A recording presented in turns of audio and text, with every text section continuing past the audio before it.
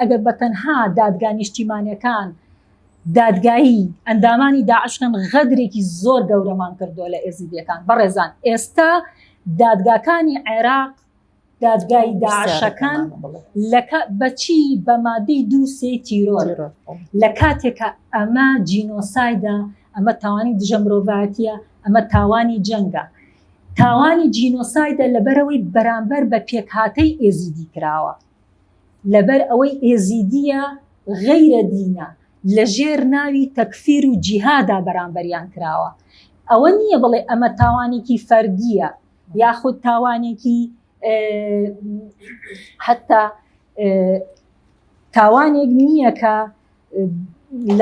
چونکە ئێمە یاساکانمان کەم و کوڕی هەیە، تاوانە نێو دەوڵەتەکانی تیانە یان بە مادەی 2 تیرۆر یەک کەیسی توندوتیژی سێکسی لە عێراقا تا ئێستا دادگایی نەکراوە. ئەکرێ لە هەزاران توندوتیژی سێکسی داعش بەرامبەر بە ژنانی ئێزدی یەک کەیسی توندوتیژی نەبێ لە بەردەم دادگاکانی عێراقا، لە کاتێکە کە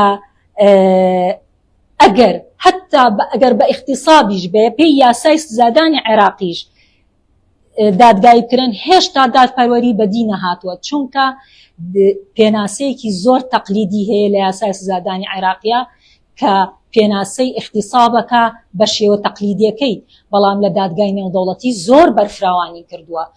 بەکارهێنانی هەر بەشێکی جەستەی تاوانبارە بەرامبەر درێژی لەسەر کراو بە مادەم لە دۆخی جەنگایە بە اختصاب حسابەکرێت.